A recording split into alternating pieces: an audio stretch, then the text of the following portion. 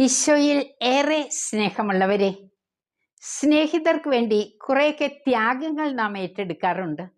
എന്നാൽ സഹോദരന് വേണ്ടി മരിക്കാൻ പറഞ്ഞാലോ പലരും പിന്നോട്ട് പായും.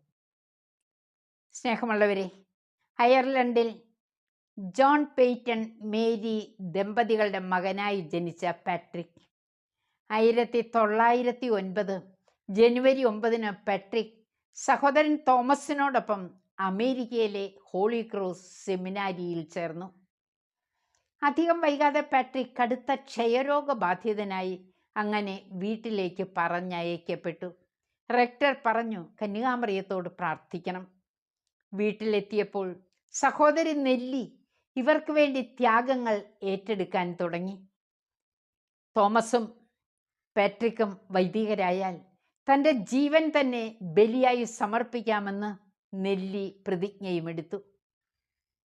അധികം താമസിച്ചില്ല, നെല്ലി രോഗിണിയായി മരണപ്പെട്ടു.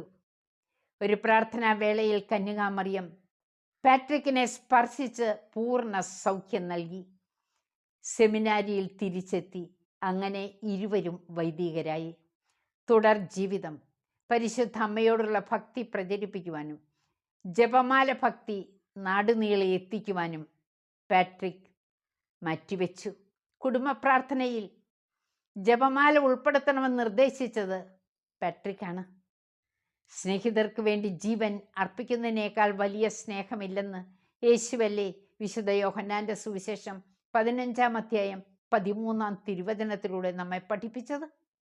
പ്രിയപ്പെട്ടവരെ, സ്നേഹിതർക്ക് വേണ്ടി നമ്മെ തന്നെ ത്യാഗമനുഷ്ഠിക്കുന്ന വ്യക്തികളാക്കി മാറ്റാം. എല്ലാവർക്കും വേണ്ടി പ്രാർത്ഥിക്കുന്നു.